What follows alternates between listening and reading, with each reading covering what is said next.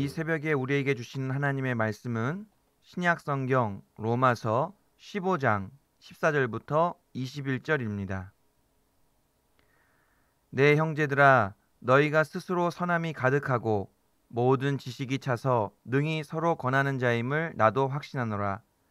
그러나 내가 너희로 다시 생각나게 하려고 하나님께서 내게 주신 은혜로 말미암아 더욱 담대히 대략 너희에게 썼노니, 이 은혜는 곧 나로 이방인을 위하여 그리스도 예수의 일꾼이 되어 하나님의 복음의 제사장 직분을 하게 하사 이방인을 제물로 드리는 것이 성령 안에서 거룩하게 되어 받으실 만하게 하려 하심이라.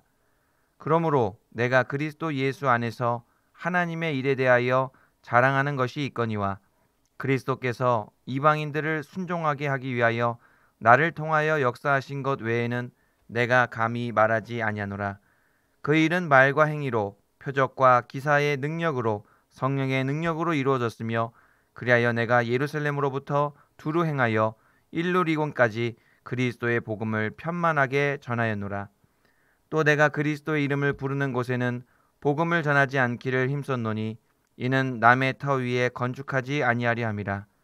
기록된 바 주의 소식을 받지 못한 자들이 볼 것이요 듣지 못한 자들이 깨달으리라 함과 같으니라. 아멘. 오늘은 하나님의 복음의 제사장이라는 제목을 가지고 하나님의 말씀을 전하고자 합니다. 로마서 전체를 세 부분으로 나누어 볼 수 있는데, 1장부터 11장까지는 교리 부분이라고 할 수 있습니다.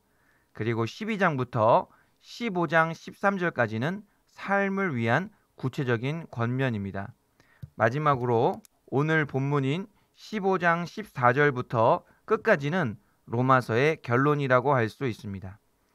바울은 로마서의 결론 부분을 시작하면서 먼저는 로마서의 기록 목적을 다시 한번 명확하게 밝히고, 그 다음으로 자신의 사역을 소개하고 있습니다. 바울은 로마서 1장부터 15장 13절까지 복음과 율법에 대해서, 그리고 유대인과 이방인의 구원에 대해서 상당한 분량의 가르침을 기록했습니다. 그러나 바울의 이러한 가르침은 그들에게 단순히 교훈을 주기 위해서만이 아니었습니다. 로마서를 수신하는 사람들은 이미 복음을 받아들인 사람들이었고, 로마서 1장 8절에 따르면 그들의 믿음은 온 세상에 소문이 나 있었습니다. 그렇다면 바울이 로마서를 기록한 진짜 목적은 무엇일까요? 말씀을 통해 바울이 로마서를 기록한 진짜 목적과 더불어 그의 사역에 대해 알아보고자 합니다. 14절 말씀을 보시면 바울은 로마교회 성도들의 신앙 수준을 확신하고 있습니다. 로마교회 성도들은 충분히 선했고 모든 지식이 충만한 상태였습니다. 그들은 성숙한 신앙과 온전한 지식으로 분별력을 가지고 피차간의 잘못을 훈계하며 권고할 수 있는 사람들이었습니다. 그런 로마교회 성도들에게 로마서를 보낸 바울의 목적이 15절에 나와 있습니다. 15절 말씀입니다. 그러나 내가 너희로 다시 생각나게 하려고 하나님께서 내게 주신 은혜로 말미암아 더욱 담대히 대략 너희에게 썼노니. 바울은 로마교회 성도들의 수준이 훌륭한 상태임에도 불구하고 그들로 다시 생각나게 하기 위해서 로마서를 기록했다고 합니다.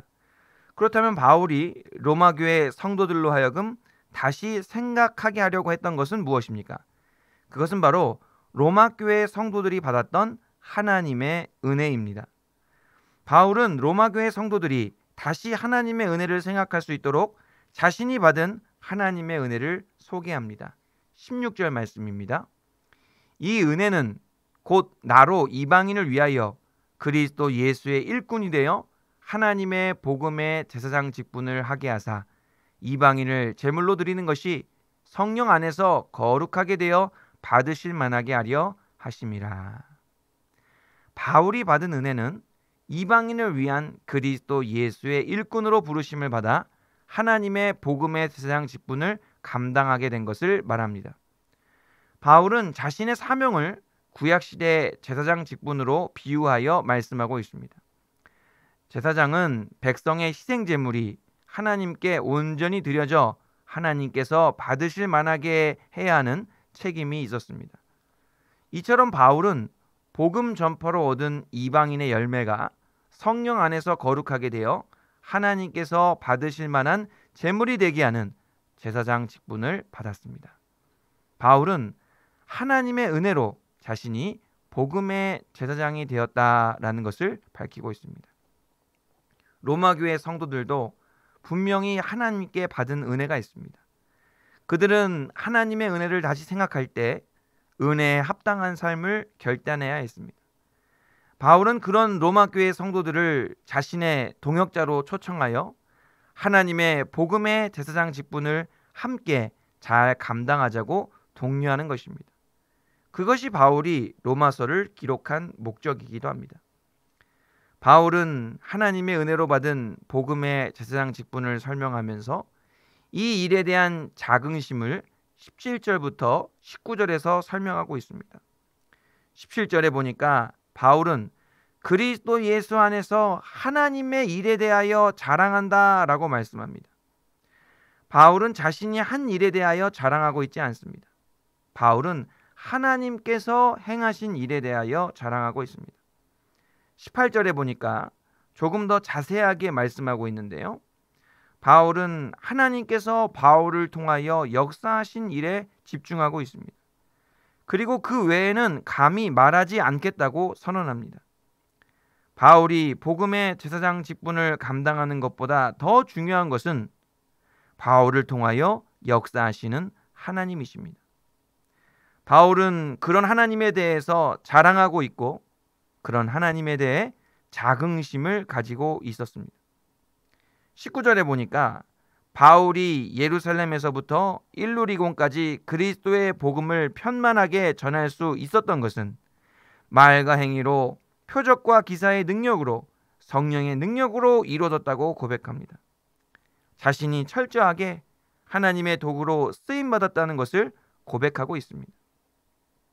바울과 함께 하나님의 복음의 제사장 직분을 감당하게 되면 하나님의 역사를 체험하게 되고 하나님의 도구로 귀하게 쓰임받게 됩니다. 마지막으로 바울은 하나님의 복음의 제사장 직분을 감당할 때 원칙에 대해 말씀합니다.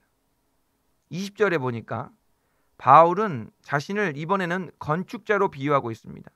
그러면서 남의 터 위에는 건축하지 않는다라고 말씀합니다.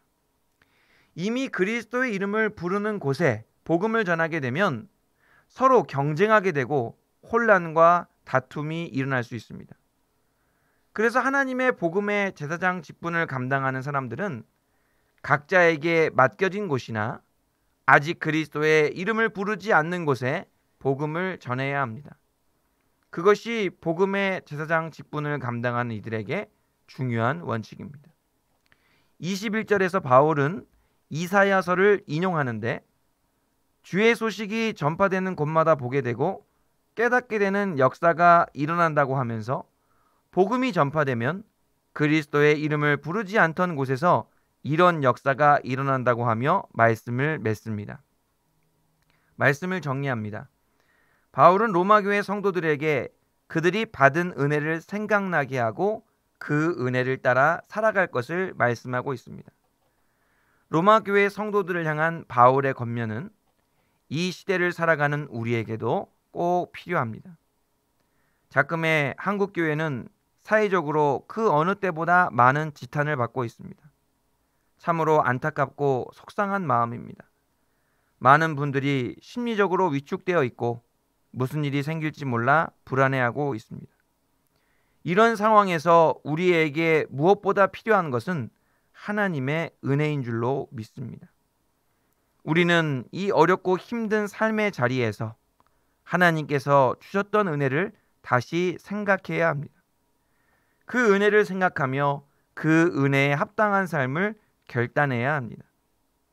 하나님의 은혜는 우리 존재의 근원이며 참 희망입니다. 바울은 고린도전서 5장 10절에서 나의 나된 것은 하나님의 은혜이고 내가 행한 모든 것은 오직 나와 함께 하신 하나님의 은혜라고 고백합니다. 그러한 바울의 믿음의 고백이 우리의 입술에도 가득할 수 있기를 간절히 바랍니다. 하나님의 은혜에 근거하여 우리 삶을 되돌아볼 때 우리의 삶을 지탱하는 하나님의 은혜로 인하여 다시 감사할 수 있습니다. 우리의 삶을 붙잡고 있는 하나님의 은혜로 인하여 담대해질 수 있습니다. 베드로전서 2장 9절에 따르면 하나님께서는 우리를 택하신 족속 왕 같은 제사장들 거룩한 나라 하나님의 소유된 백성으로 불러주셨습니다. 그것은 우리의 어떠함 때문이 아니라 순전히 하나님의 은혜로 불러주신 것입니다. 그러기에 바울처럼 은혜를 따라 하나님의 복음의 제사장으로 세워주신 것을 감사해하며 담대하게 그 직분을 잘 감당하기로 결단하실 수 있기를 바랍니다. 겉으로 보기에는 우리의 일인 것 같지만 그것은 하나님의 일입니다. 눈으로 보기에는 우리가 행하는 것 같지만 우리를 통해서 하나님께서 역사하시는 일입니다. 그러므로 우리 안에는 자랑할 것이 없고 하나님께만 자랑할 것이 있습니다. 하나님의 은혜를 자랑하는 것이 그리스도인의 자긍심이요 하나님의 역사를 확신하는 것이 그리스도인의 담대함입니다. 오늘 하루도 하나님의 은혜를 깊이 묵상하시면서 바울처럼 하나님의 복음의 제사장 직분을 자긍심과 담대함으로 잘 감당해 내실 수 있기를 간절히 바랍니다. 기도하겠습니다. 긍휼이 풍성하신 하나님 아버지, 말씀을 통하여 우리로 인내하게 하시고 위로하여 주심에 진심으로 감사를 드립니다. 하나님께서 허락하신 소망을 붙잡고 어떤 상황과 여건 속에서도 끝까지 승리하는 저희 모두가 되게 하여 주시옵소서. 그리스도 예수를 본받아 하나님을 기쁘시게 해드리며 하나님의 복음의 제사장 역할을 잘 감당해 나가는 저희 모두가 되게 하여 주시옵소서. 특별히 이 어렵고 힘든 가운데서도 주님의 몸된 교회와 하나님 나라 공동체를 올바르게 세워가는 영혼의 권속들이 다 되게 하여 주시옵소서. 하나님의 주신 은혜에 다시 한번 감사드리며 모든 말씀을 예수님의 이름으로 기도하옵나이다. 생명의 말씀으로 나를 채우사 주의 길 예비케 하소서.